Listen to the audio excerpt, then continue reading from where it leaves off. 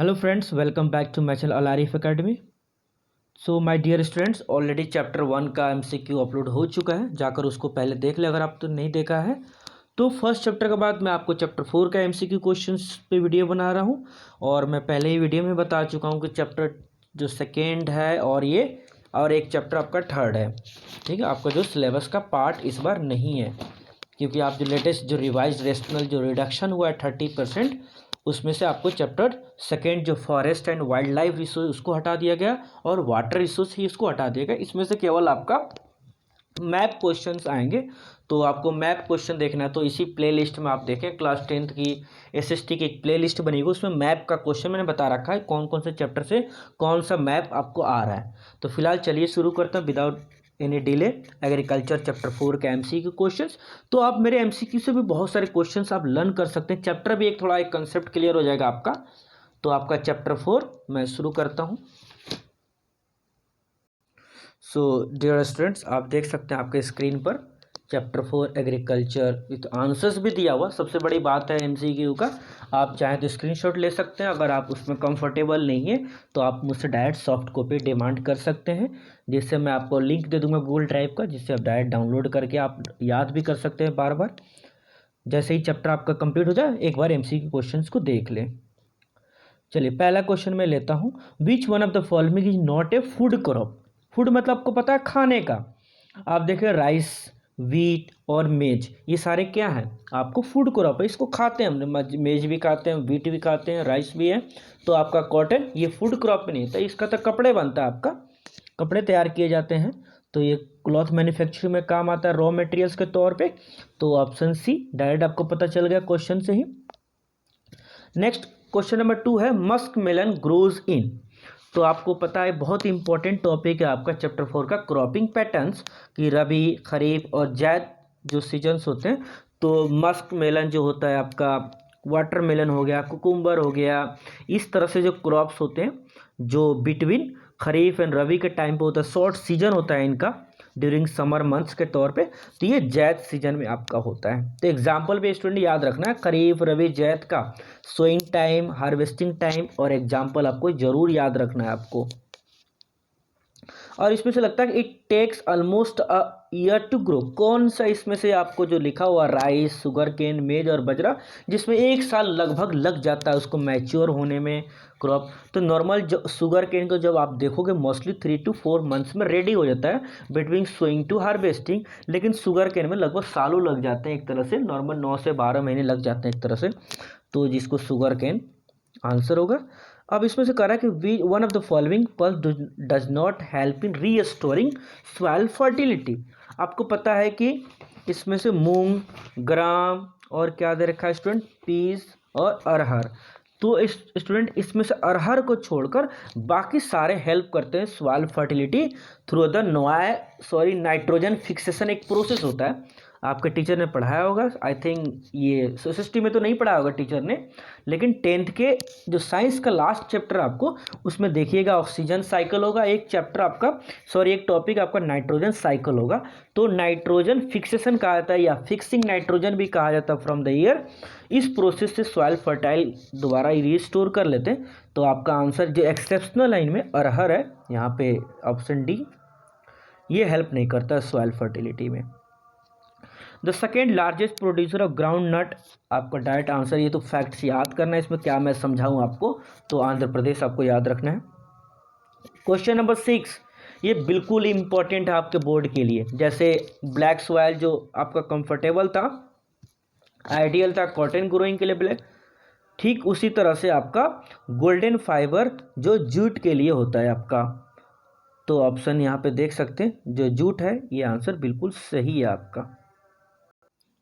सो dear students, तो question number 6 में आपको बता दिया गोल्डन फाइबर। अच्छा क्वेश्चन नंबर 5, हाँ, second largest producer of groundnut, इसमें आंध्र प्रदेश। एक फैक्ट्स में आपको बताने में भूल गया, तो लार्जेस्ट प्रोड्यूसर कभी भी एक नंबर को पता होना चाहिए आपको।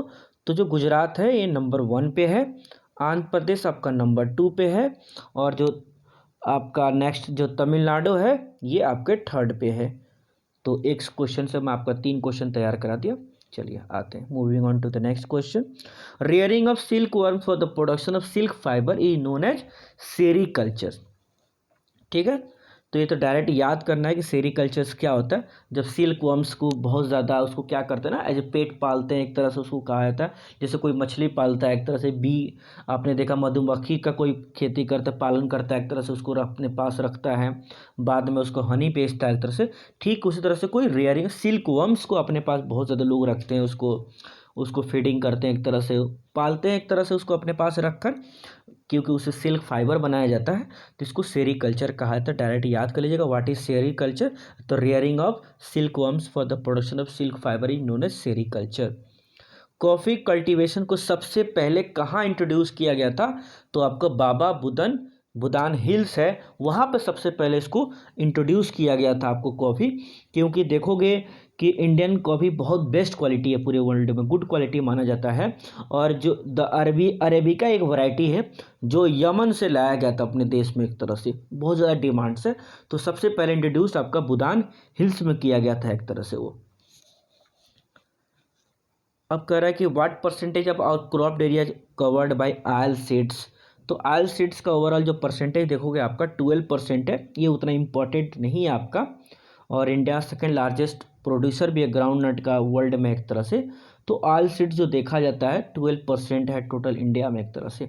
जैसे सोयाबीन का तेल, कॉटन सीड, लीन सीड, सनफ्लावर का तेल होता है, तो मोस्टली 12% पर इसकी खेती की जाती है। तेल, जो तेल की खेती होती है एक तरह से ऑयल सीड्स की, ये उतना इंपॉर्टेंट नहीं है, परसेंटेज फैक्ट्स है। अब कह रहा है कि विच of the following is not true for the pulses. तब जब आप टॉपिक पल्स के में पढ़ोगे इसके बारे में, तो कह रहा है कि कौन सी बातें इसमें से सही नहीं है। तो कह रहा है कि pulse are grown in both rabi and kharif season, ये भी बिल्कुल सही है आपका। ठीक है, तो कुछ जो पल्सेस है खरीफ और सीजन और रबी दोनों में इसको ग्रो किया जाता है। पल्सेस आर लेगुमिनस क्रॉप, ये भी सही है, इसका दलहन में आता है एक तरह से। They are grown in rotation with other crops, ये भी सही है। Pulses require intensive irrigation fertiliser, तो इसमें उतनी पानी देने की ज़रूरत नहीं होती एक तरह से।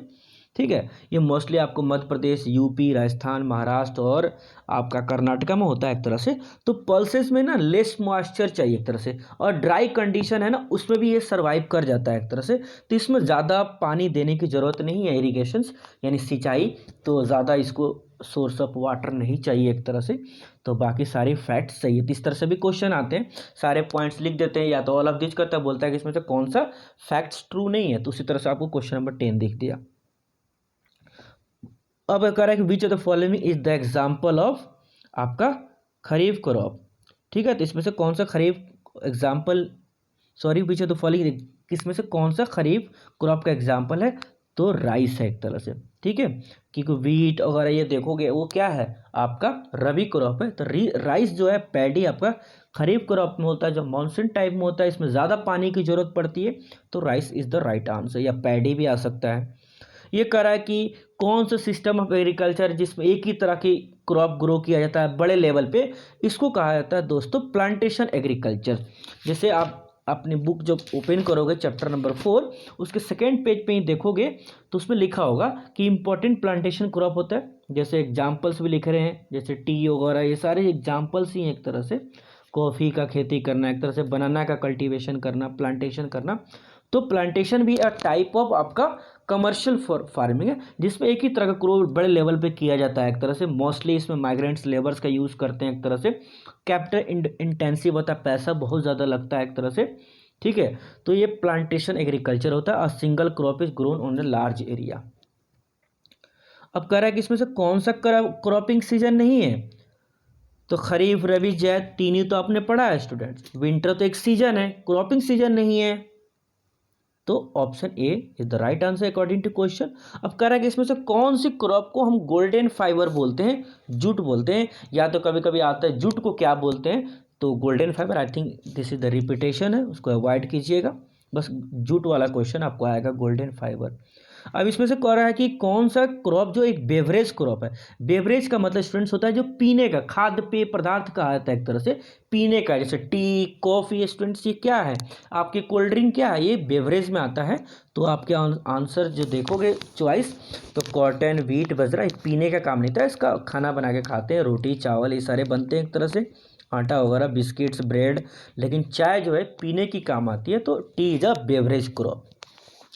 क्वेश्चन नंबर 6 देखोगे, which country the largest producer of fruits and vegetables. तो दुनिया में सबसे ज़्यादा फल और सब्जी अगर कहीं होता है तो आपका इंडिया है एक तरह से। तो ये डायरेक्ट फैक्ट्स आपको लर्न कर लेने हैं। अरेबिका वैरायटी ऑफ कॉफ़ी जो इंडिया में लाया गया था, कहाँ से आया था, यमन से लाया गया था। मैं आपको पहले ही बताया जब कॉफ़ी वाला जो क्वेश्चन आया था ना, बाबा बुदान हिल्स में सबसे पहले ग्रो किया गया था, तो वहीं बताया था एक वैरायटी थी कॉफ़ी की, अरेबिका वैरायटी, जो यमन से लाई गई थी। तो डायरेक्ट इसको लर्न नहीं कर लेना आपको। अब कह रहा है कि इसमें से कौन सा प्लांटेशन एग्रीकल्चर है, तो आपका टी है।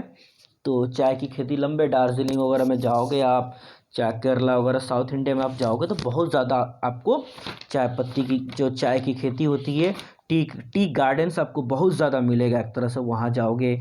चाहे आप हिमाचल प्रदेश, चाहे उत्तराखंड जाओ, मेघालय जाओ, एक तरह से बंगाल चले जाओ, तमिलनाडु, असम हिल चले जाओ, जलपाईगुड़ी एक डिस्ट्रिक्ट है बंगाल का, वहाँ आप चले जाओ तो आपको बहुत ज़्यादा टी गार्डन्स दिखाई देंगे एक तरह से। तो T cultivation is also example of plantation agriculture. जब अपना चैप्टर खोलोगे टी वाले टॉपिक में तो सबसे पहला लाइन यही आपको मिलेगा, T is the example of plantation agriculture. अब कह रहा है कि इसमें से कौन सा कंट्री सबसे ज़्यादा ऑयल सीड्स प्रोड्यूस करता है। तो इसमें से आप देखोगे 2008 तक जो इंडिया तो सेकेंड लार्जेस्ट था आफ्टर चाइना, इसमें ना, which country the largest producer of oil seed in the world. तो इन 2008 अगर देखोगे तो India was the second largest producer of ground in the world after China. लेकिन उसके बाद थोड़ी सी क्या हुई, आपको थोड़ी चेंजेज हुई हैं इसमें। तो इसमें largest producer of oil seed, तो स्टूडेंट्स आप इसमें एक फैक्ट्स देख सकते हैं। तो पुराने बुक में आप देखोगे तो इंडिया का सेकेंड लार्जेस्ट रैंक है इन द वर्ल्ड आफ्टर चाइना। तो अगर चाइना इसमें है तो मेरे हिसाब से आप बुक को ही रेफ़र कीजिएगा, या हो सके आपके पास अगर लेटेस्ट बुक है तो उसमें अपडेटेड इन्फॉर्मेशन देख लीजिएगा। लेकिन 2008 तक अगर था तो आपका चाइना था। ठीक है, तो इसको थोड़ा गूगल कर लीजिएगा, largest producer of oil seed in the world.